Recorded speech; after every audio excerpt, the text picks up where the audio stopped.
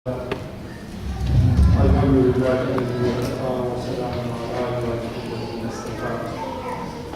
وصلى على سيد الولاء والصدقاء والهدى صدر الولاء والهدى كفر الولاء والمجد والعطاء عالم الارض والسماء كان حجا وعالم بين الدين والماء وعلى اله واصحابه وخلفائه أما بعد أعوذ بالله من الشيطان الرجيم بسم الله الرحمن الرحيم ما كان محمد أبا أحد من رجالكم ولكن رسول الله وخاتم النبيين وكان الله بكل شيء عليما صدق الله مولانا العظيم وصدق رسوله النبي الكريم الأمين ونحن على ذلك لمن الشاهدين والشاهدين والحمد لله رب العالمين.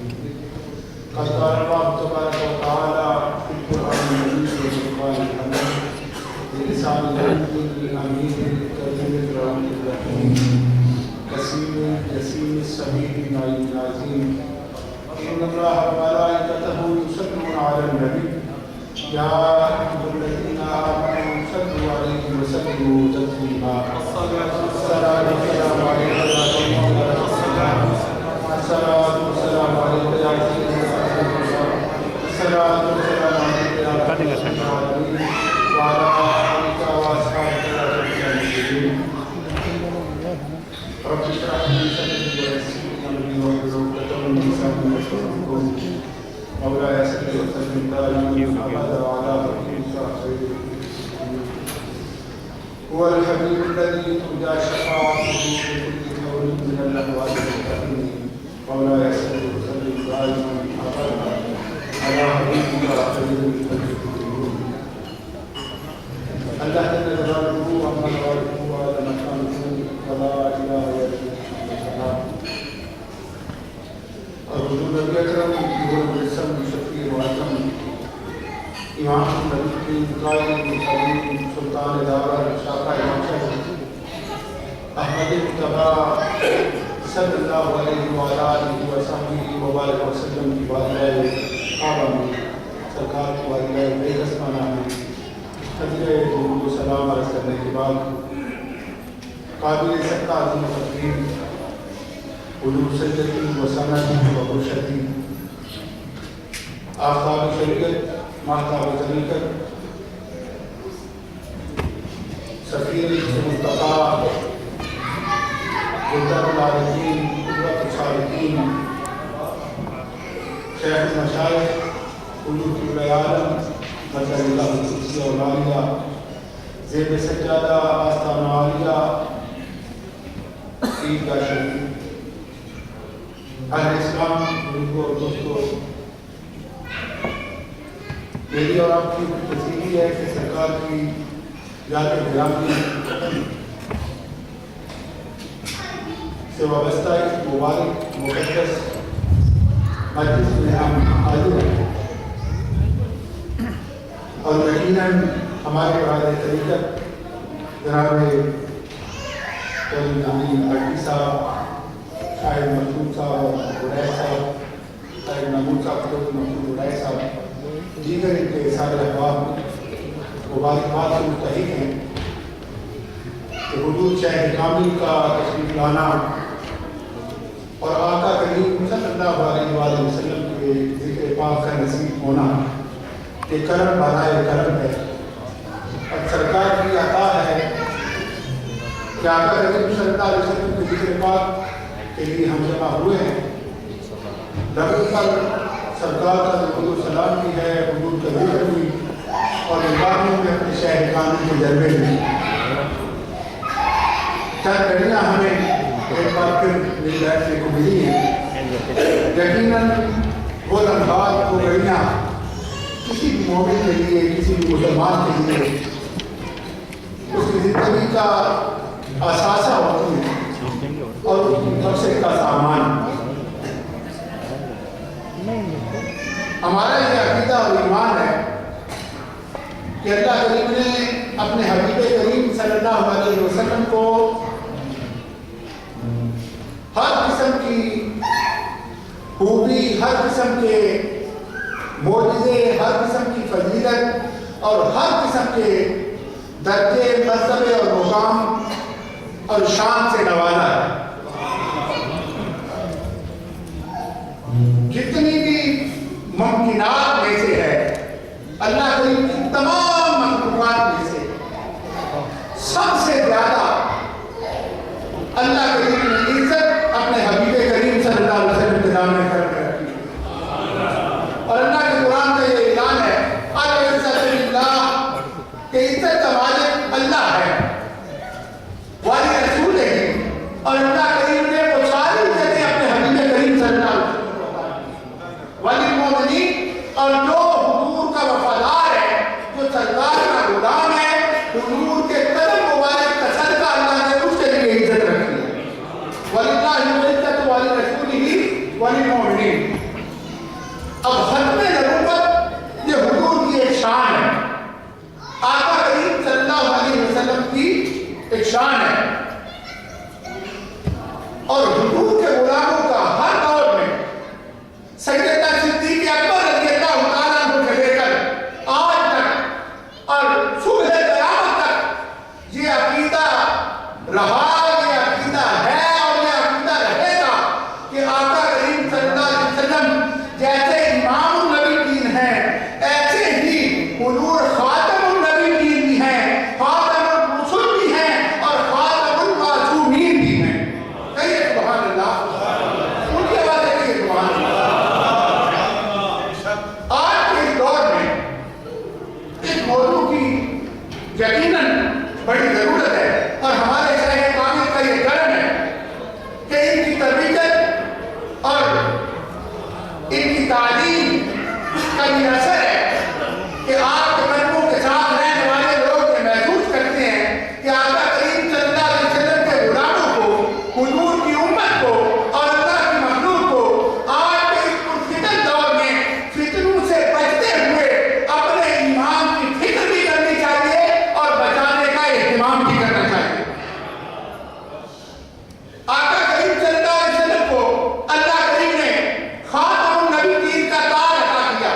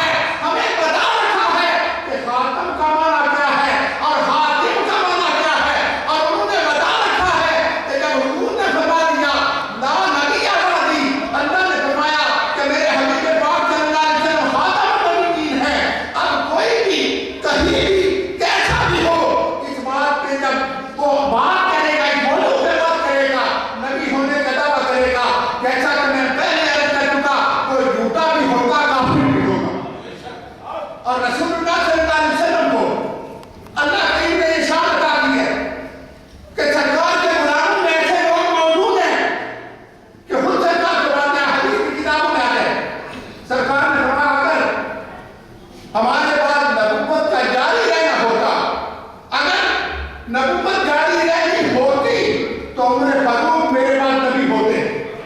عمر فاروق نبی ہوتے، وہ جن کے لیے آقا کریم صلی اللہ علیہ وسلم نے فرمایا کہ یہ میں نے دیکھا کہ سر کے بالوں سے لے کر اپنے قدموں تک ایمان ہی ایمان ہے، وہ جن کے لیے سیدنا صدیق اکبر رضی اللہ عنہ جب ظاہری طور پہ پردہ فرما رہے تھے تو کسی نے عرض کیا حضور خلافت کن کے حوالے کرنے جانے ہیں، تو یہ جملہ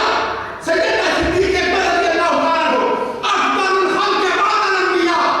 سرکار کے پہلے خلیفہ، اور وہ جنہیں حضور نے اس قدر نوازا ہوا ہے کہ آج بھی میرے کریم آقا کے قدموں میں آنا فرما،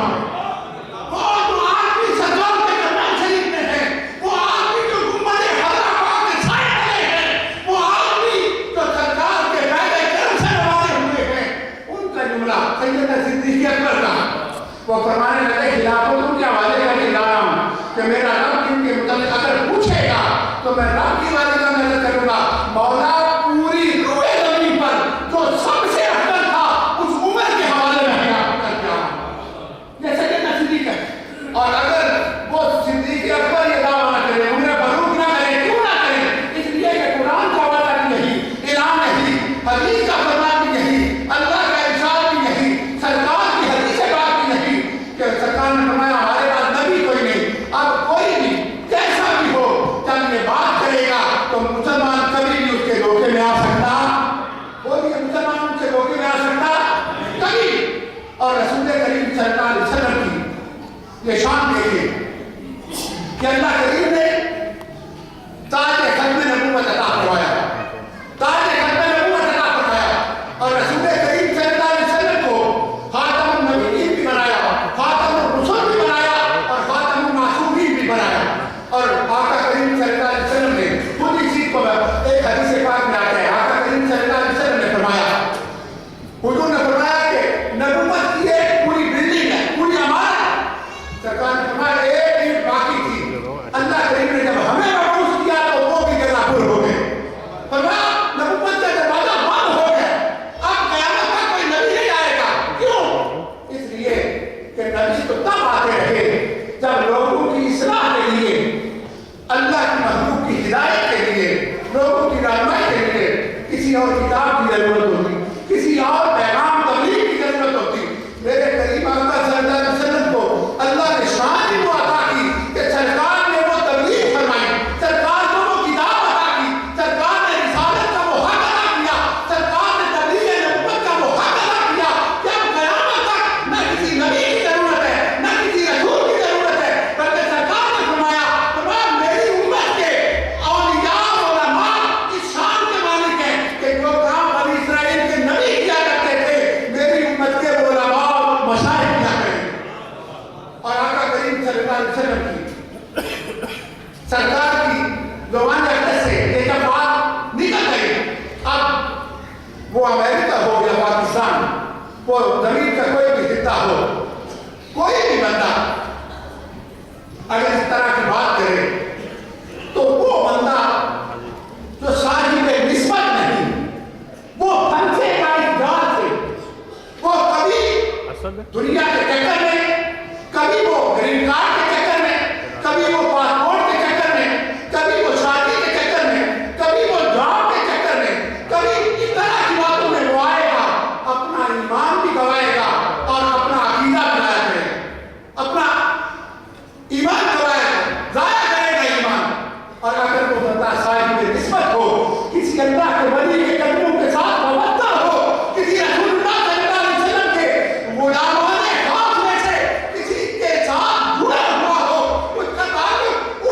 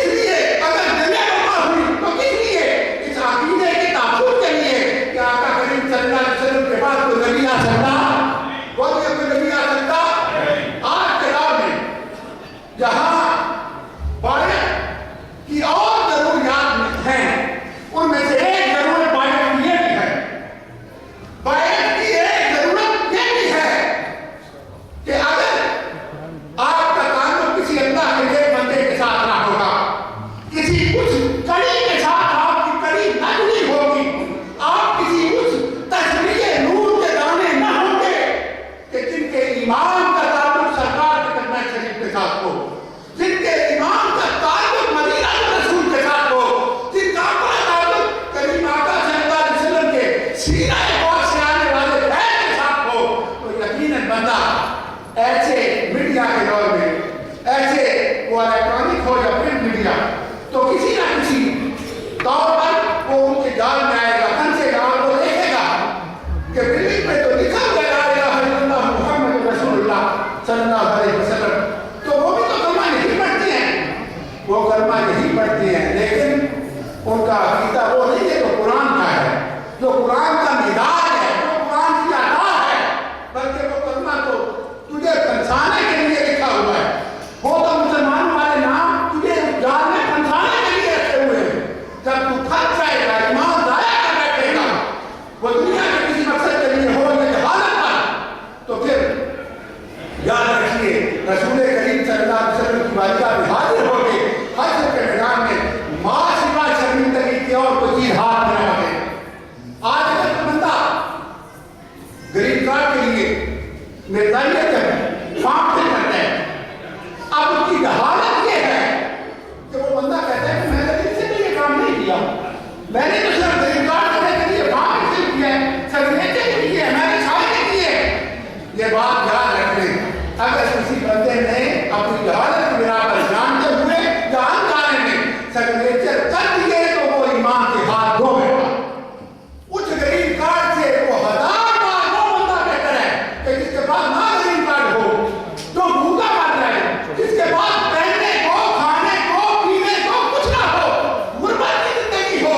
لیکن اپنے کریم آقا صلی اللہ علیہ وسلم کا وفادار رہے، ایمان پر مر گیا تو وہ کامیاب ہوتا ہے،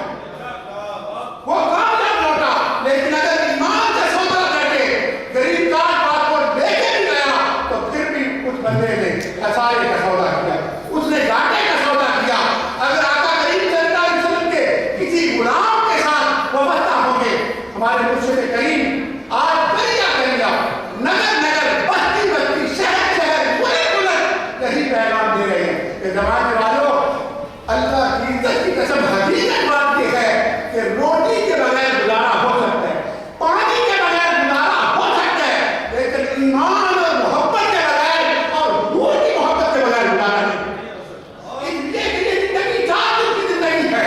یہ آسانی کے ساتھ نہیں، آسائش کے ساتھ نہیں، کچھ کی نہیں، لیکن گزر جائے گی۔ وہ بھی تو لوگ تھے جنہوں نے ایمان کے لیے، دین کے لیے ملک چھوڑے، اپنا گھر بار چھوڑا، اپنے بیوی بچے چھوڑے، لیکن بچایا کیا؟ ایمان بچایا، دین بچایا،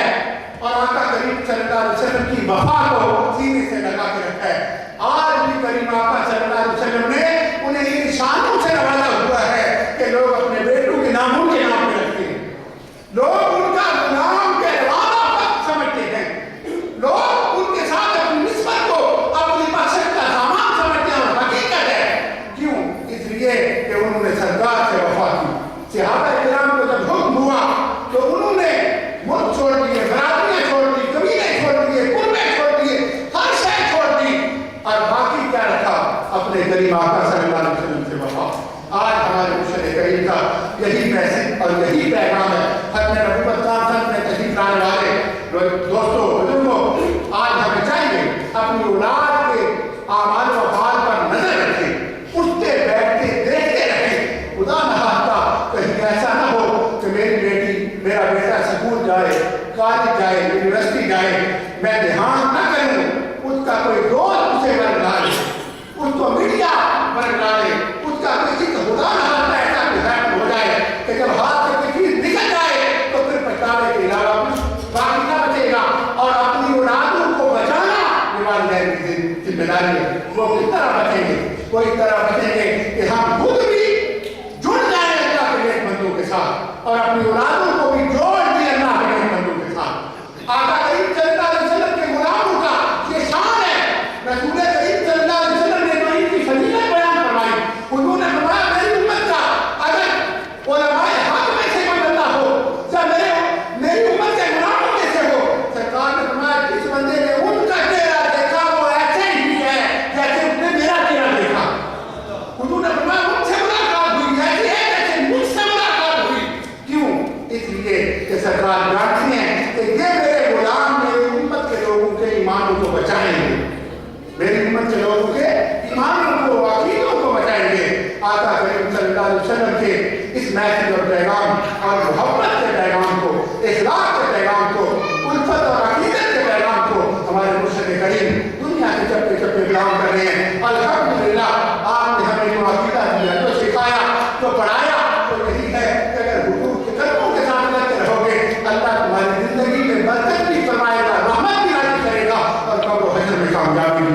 اللہ کے ہمیں اسی محبت میں زندہ رکھے، اسی میں موت آئے اور حضور کے وفادار مومنان نصیب فرمائے۔ وما علینا الا